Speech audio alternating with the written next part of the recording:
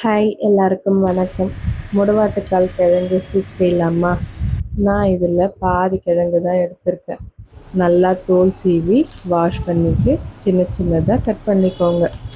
ஒரு மிக்ஸி ஜாரில் முடவாட்டுக்கால் கிழங்கு, தனியா, பட்டை, கிராம்பு, சோம்பு, பூண்டு, இஞ்சி இது எல்லாம் ஆட் பண்ணி ஃபைன் பேஸ்ட்டாக அரைச்சி எடுத்துக்கோங்க. இப்போ ஒரு பேனில் ஆயில் சூடானதும் பச்சை மிளகாய், சின்ன சின்னதாக கட் பண்ண சின்ன வெங்காயம் ஆட் பண்ணிவிட்டு கொஞ்ச நேரம் நல்லா வதங்கட்டும்.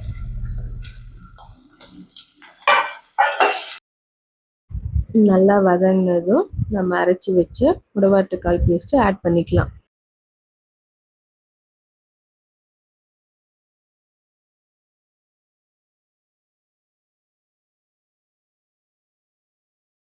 இப்போ தேவையான உப்பு, மஞ்சள்தூளும் ஆட் பண்ணிக்கலாம்.